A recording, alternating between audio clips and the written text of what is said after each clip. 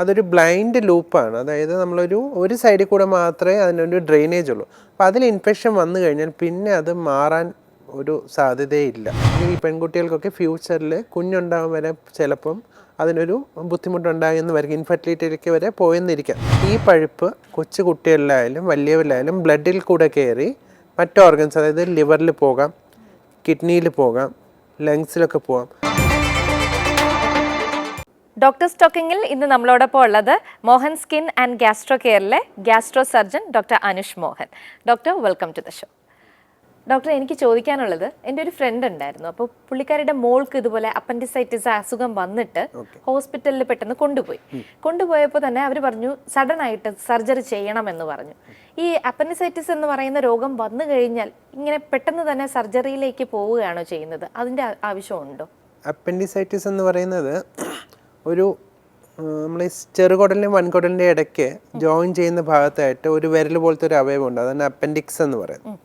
അതിൽ ഇൻഫെക്ഷൻ വന്നു കഴിഞ്ഞാൽ അതൊരു ബ്ലൈൻഡ് ലൂപ്പാണ്. അതായത് ഒരു സൈഡിൽ കൂടെ മാത്രമേ അതിനൊരു ഡ്രെയിനേജ് ഉള്ളൂ. അപ്പോൾ അതിൽ ഇൻഫെക്ഷൻ വന്നു കഴിഞ്ഞാൽ പിന്നെ അത് മാറാൻ ഒരു സാധ്യതയില്ല. അപ്പോൾ അപ്പൻഡിക്സിൽ ഒരിക്കൽ ഇൻഫെക്ഷൻ വന്നു കഴിഞ്ഞാൽ നമ്മൾ ഉറപ്പായിട്ടും കഴിയുന്ന നേരത്തെ സർജറി ചെയ്ത് റിമൂവ് ചെയ്യുക എന്ന് മാത്രമേ ഏതൊരു ഹോസ്പിറ്റലിലും ഏതൊരു ഡോക്ടറിൻ്റെ അടുത്ത് പോയാലും പറയത്തുള്ളൂ.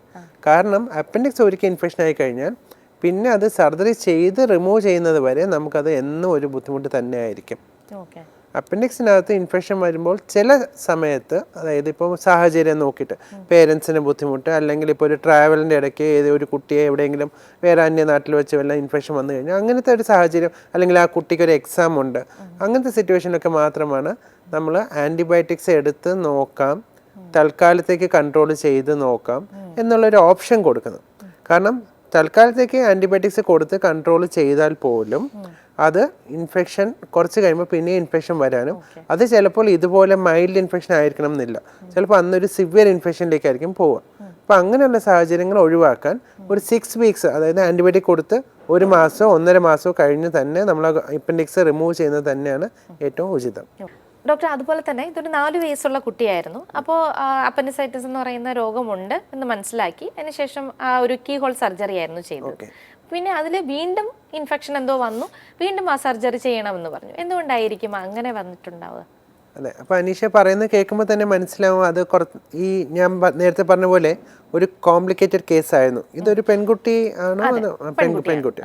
അപ്പോൾ ഇങ്ങനത്തെ ഒരു കോംപ്ലിക്കേറ്റഡ് സിറ്റുവേഷൻസിലൊക്കെ പോകാതിരിക്കാൻ വേണ്ടിയിട്ടാണ് അപ്പൻഡിസൈറ്റിസ് എന്ന് കണ്ടുപിടിച്ചാൽ ഉടനടി അങ്ങ് സർജറി ചെയ്ത് റിമൂവ് ചെയ്യുന്നതാണ് ബെറ്റർ എന്ന് പറയുന്നത്.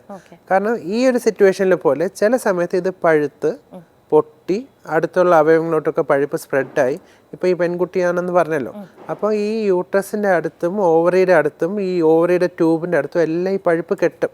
അപ്പോൾ ഈ പഴുപ്പ് അവിടെയൊക്കെ കെട്ടുമ്പോഴത്തേക്കും ഈ പഴുപ്പെല്ലാം കൂടെ നമ്മൾ ഈ മറ്റ് അവയവങ്ങളൊക്കെ വല്ലാതെ ദോഷമായി ബാധിക്കും. എന്ന് വെച്ചാൽ ഈ പെൺകുട്ടികൾക്കൊക്കെ ഫ്യൂച്ചറിൽ കുഞ്ഞുണ്ടാകാൻ വരെ ചിലപ്പം അതിനൊരു ബുദ്ധിമുട്ടുണ്ടാകുമെന്ന് വരും, ഇൻഫെർട്ടിലിറ്റിയിലേക്ക് വരെ പോയെന്നിരിക്കാം. അപ്പം അങ്ങനെയുള്ള സിറ്റുവേഷൻ ഒഴിവാക്കാനാണ് നമ്മൾ ഏർലി സർജറി സജസ്റ്റ് ചെയ്യുന്നത്. ഇപ്പോൾ ഈ കുട്ടിയുടെ കേസിൽ അവർ പ്രോബബ്ലി ഫസ്റ്റ് സർജറി ആണ്, എന്താണ് പറ്റിയെന്ന് അവിടുത്തെ ഒരു ഡോക്ടറിന് മാത്രമേ പറയാൻ പറ്റത്തുള്ളൂ. ഒരു സാധ്യത എന്ന് പറഞ്ഞാൽ ആദ്യത്തെ സർജറിയിൽ നമ്മൾ ചിലപ്പം ഈ അപ്പൻഡിക്സ് അത്രയും ഇൻഫെക്ഷൻ ആണെങ്കിൽ കുടലിൽ നിന്നൊന്ന് സെപ്പറേറ്റ് ചെയ്ത് എടുക്കാൻ പറ്റിയെന്ന് വരില്ല. അപ്പം അങ്ങനെയുള്ളപ്പോൾ ചിലപ്പോൾ ആദ്യം പഴുപ്പ് വാഷ് ചെയ്ത് പഴുപ്പ് മാത്രം കഴുകി കളയുകയും പിന്നീട് ഒരു ഇൻഫെക്ഷൻ സെറ്റിൽ ആവുന്നില്ല എന്ന് കണ്ടിട്ട് രണ്ടാമത്തെ സർജറിയിലേക്ക് പോവുകയും അങ്ങനെയൊക്കെ ആയിരിക്കും. അപ്പോൾ അങ്ങനെയുള്ള സിറ്റുവേഷൻസ് ഒഴിവാക്കാനാണ് ഒരു ഏർലി അപ്പൻഡിസെക്ടമി എന്നാണ് കീഹോൾ സർജറിയിലെ ലാപ്രോസ്കോപ്പിക് അപ്പൻഡിസെക്ടമി എന്നാണ് അതിന് പറയുന്നത്. അപ്പോൾ ആ സിറ്റുവേഷൻസിലൊക്കെ എന്താ വെച്ചാൽ കീഹോൾ സർജറി ചെയ്ത് ഈ അപ്പൻഡിക്സ് റിമൂവ് ചെയ്യും, അതായത് ലാപ്രോസ്കോപ്പിക് അപ്പൻഡിസെക്ടമി എന്ന് പറയും. ഈ സർജറി ചെയ്ത് അതങ്ങ് പൂർണ്ണമായിട്ട് ക്ലിയർ ചെയ്ത് കൊടുക്കുന്നതാണ് ഏറ്റവും ബെസ്റ്റ് ആയിട്ടുള്ള ട്രീറ്റ്മെന്റ് ഓപ്ഷൻ എന്ന് പറയുന്നത്. ഡോക്ടർ, ഇപ്പോൾ ഈ അപ്പൻഡിസൈറ്റിസ് വന്നു കഴിഞ്ഞാൽ ബാക്കിയുള്ള അവയവങ്ങളിൽ ഇത് സ്പ്രെഡായി അതിന് ഡാമേജ് വരാനുള്ള ചാൻസസ് കൂടുതലാണ്. അതെ, ഈ ഓവറി യൂട്രസ് ഒക്കെ എന്ന് പറയുന്നത് തൊട്ടടുത്തുള്ള ഓർഗൻസ് പഴുപ്പ് നേരിട്ട് പോയി അവിടെ എഫക്ട് ചെയ്യുന്നു പറഞ്ഞു.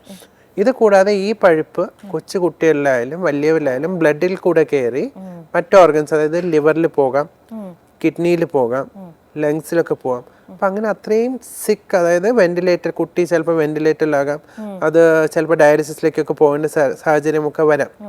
ഇതുപോലത്തെ ഒരുപാട് കേസസ് ഈ മെഡിക്കൽ അറ്റൻഷൻ പെട്ടെന്ന് സീക്ക് ചെയ്യാൻ പറ്റാത്ത, ഇപ്പോൾ തമിഴ്നാട്ടിൽ നിന്നായാലും കുറച്ച് ഉൾപ്രദേശത്തിൽ നിന്നൊക്കെ വരുന്ന കുട്ടികളൊക്കെ ഒരുപാട് വരാറുണ്ട്. അവരൊക്കെ നമ്മളെ കയ്യിൽ എത്തുമ്പോഴത്തേക്ക് അങ്ങ് ക്രിട്ടിക്കലായിരിക്കും. ഓക്കെ. അപ്പോൾ ആ കുട്ടികൾ നമ്മൾ ഡയാലിസിസ് ചെയ്യേണ്ട സിറ്റുവേഷൻ വരാം. ഒരു പക്ഷേ വെന്റിലേറ്ററിലാകും, ICUലായിരിക്കും, കുറേ ദിവസങ്ങൾ ആൻറ്റിബയോട്ടിക്സ് വേണ്ടി വന്നു. എല്ലാം കഴിഞ്ഞിട്ട് ചിലപ്പോൾ സർജറി ചെയ്യുമ്പോൾ ചിലപ്പോൾ നമുക്ക് കീ ഹോൾ പോലും ചെയ്യാൻ പറ്റിയെന്ന് വരില്ല. ആ സിറ്റുവേഷനിൽ ചിലപ്പോൾ വയറ് തുറന്നുള്ള ഓപ്പറേഷൻ, അങ്ങനെ വളരെ ഈ പറയുമ്പം appendix infection key hole surgery ചെയ്ത് റിമൂവ് ചെയ്താൽ മതി എന്ന് പറയുമെങ്കിലും വളരെയധികം കോംപ്ലിക്കേഷനിലേക്ക് പോകാനും അപ്പം അതിൻ്റെതായ റിസ്കുകൾ വരാനൊക്കെ ഉള്ള സാധ്യതയുള്ള ഒരു അസുഖമാണ് അപ്പൻഡിസൈറ്റിസ് എന്ന് പറയുന്നത്. ഡോക്ടർ, അതുപോലെ തന്നെ ഇപ്പോൾ ഒരു 8 മന്തിൽ പ്രസവിച്ച കുട്ടിയായിരുന്നു ഇത്. ഇപ്പോൾ 4 വയസ്സിലായിരുന്നു എൻ്റെ സർജറി ചെയ്തത്. അപ്പോൾ ഈ ഒരു 8 മന്തിൽ പ്രസവിച്ചതായതുകൊണ്ടാണ് ഇങ്ങനെ ഒരു അപ്പൻഡിസൈറ്റിസ് പോലുള്ള രോഗങ്ങൾ വന്നത് എന്നൊരു മിഥ്യാധാരണ ആണോ, അതോ അത് സത്യമാണോ? എന്താ അങ്ങനെ ഒരു കോസ്റ്റീവ് ഏജന്റ് ആയിട്ട് ഇല്ല. അതായത് ആ ഒരു കുഞ്ഞ് 8ാമത്തെ മാസം ജനിച്ച എല്ലാ അപ്പൻഡിക്സും ഒരുപോലെ തന്നെയാണ്. ഇപ്പം ഏത് ഏജ് ഗ്രൂപ്പായാലും 3 ദിവസം പ്രായം തൊട്ട് 90 വയസ്സ് വരെ ഉള്ള ആൾക്കാർക്കും അപ്പൻഡിക്സ് ഇൻഫെക്ഷൻ ആകും. പ്രത്യേകിച്ച് റീസൺ ആയിട്ടൊന്നും പറയാനൊന്നും കാണത്തില്ല. പക്ഷേ ഈ ഒരു ഏർലി ഡെലിവറി കാരണം ഉണ്ടായ പ്രോബ്ലംസ് ഒന്നും അല്ല. പിന്നെ ഫുഡിലൂടെ വരുന്ന ഒരു പ്രോബ്ലം ആണോ എന്നൊരു എല്ലാവർക്കും ഒരു കൺഫ്യൂഷൻ വരാറുണ്ട്. അങ്ങനെ ഫുഡിലൂടെ വരുന്ന ഒരു അസുഖവും അല്ല. പക്ഷേ എൽഡർലി ഒക്കെ ആകുമ്പോൾ, അതായത് ഒരു 50, 60, 70 ഒക്കെ കഴിയുമ്പോഴത്തേക്കും ഈ ചില ആൾക്കാർക്ക് ഗ്രോത്ത് പോലെയൊക്കെ വന്നു കഴിഞ്ഞാൽ അപ്പൻഡിക്സ് ഇൻഫെക്ഷൻ വരും. അത് മാത്രമേ ഉള്ളൂ ഒരു കാരണമായിട്ട് പറയാനുള്ളൂ. അല്ല പ്രത്യേകിച്ച് വേറെ കാരണങ്ങളൊന്നും പറയുന്നില്ല. ഓക്കെ. അപ്പൻഡിസൈറ്റിസ് എന്ന് പറയുന്ന ഈ ഒരു രോഗം വരുന്നതിന് പ്രത്യേകിച്ച് കാരണമൊന്നുമില്ല, അത് എന്തെങ്കിലും ജനറ്റിക് ആയിട്ടുള്ള അങ്ങനെയുള്ള ഒന്നും തന്നെ ഇല്ല. ഒന്നും തന്നെ കാരണങ്ങളായിട്ടൊന്നും ഇല്ല. ഓക്കെ. അപ്പോൾ ഈ എല്ലാവർക്കും എന്നാൽ ഈ അപ്പൻഡിസൈറ്റിസ് വരുന്നുമില്ല. അപ്പൊ എന്തുകൊണ്ടായിരിക്കുമെന്ന് ഡോക്ടർമാരൊന്ന് ചിന്തിച്ച് നോക്കിയിട്ടുണ്ട്? അങ്ങനെ ഒരു പ്രത്യേകിച്ച് റീസൺ ആയിട്ട് ഇല്ല. മനസ്സിലായില്ല. അതിപ്പം ഒരാൾക്ക് ഒരു 10 കുട്ടികൾ വരുമ്പോൾ 2 പേർക്ക് 3 പേർക്ക് അപ്പൻഡിക്സ് ഇൻഫെക്ഷൻ വരും. അതിന് ആ കുട്ടികളിൽ ഇന്ന കാരണം കൊണ്ട് വരുന്നു എന്ന് പറയുന്ന ഒരു സ്റ്റഡീസും ഇന്നേ വരെ അവൈലബിൾ അല്ല. ഡോക്ടർ, ഈ അപ്പൻഡിസൈറ്റിസ് ബാധിക്കുന്നത് അപ്പൻഡിക്സ് എന്ന് പറയുന്ന അവയവത്തെയാണല്ലോ. അത് റിമൂവ് ചെയ്ത് കളയുന്നതാണ് സർജറി എന്ന് പറയുന്നത്. ഇത് റിമൂവ് ചെയ്ത് കഴിഞ്ഞാൽ എന്തെങ്കിലും ദോഷമുണ്ടോ? ഭാവിയിൽ എന്തെങ്കിലും ദോഷം വരാനുള്ള ചാൻസസ് ഉണ്ടോ? അപ്പൻഡിക്സ് എന്ന് പറയുന്നത് നമുക്ക് മനുഷ്യന്മാരിൽ ഒരു രീതിയിലുള്ള ഒരു ജോലിയും ഇല്ലാത്ത ഒരു അവയവമാണ്. പണ്ട് വെസ്റ്റീജിയൽ ഓർഗൻസ് എന്നൊക്കെ പറയും. അങ്ങനത്തെ ഒരു വെസ്റ്റീജിയൽ ഓർഗനാണ്. പ്രൈമേറ്റ്സിലൊക്കെ പണ്ടൊക്കെ എന്താ ഒരു ലിംഫോയിഡ് ഇമ്മ്യൂണിറ്റി ഫംഗ്ഷൻ ഒക്കെ ഉണ്ടായിരുന്നു. പക്ഷേ ഇപ്പോഴത്തെ കാലത്ത് നമുക്ക് ഒരു രീതിയിലുള്ള ഒരു ജോലിയും ഉള്ള ഇൻട്രസ്റ്റഡ് ആയിട്ടുള്ള ഒരു ഓർഗൻ അല്ല. റിമൂവ് ചെയ്തതുകൊണ്ട് 100% ഒരു രീതിയിലുള്ള ബുദ്ധിമുട്ടും ആ കുട്ടിക്കോ ആ ഒരു പർട്ടിക്കുലർ മനുഷ്യന് അത് ഉണ്ടാകില്ല. അപ്പം അതുകൊണ്ട് റിമൂവ് ചെയ്തു എന്ന് വെച്ചിട്ട് വേറെ ടെൻഷനൊന്നും ആവശ്യമില്ല. ഓക്കെ. അപ്പോൾ എൻ്റെ ഒരു സംശയമായിരുന്നു ഞാൻ ദൂരീകരിച്ചത്. എനിക്ക് തോന്നുന്നു ബാക്കിയുള്ളവർക്കും ഇത് അറിയാൻ വേണ്ടി കാത്തിരുന്നിട്ടുണ്ടാവും.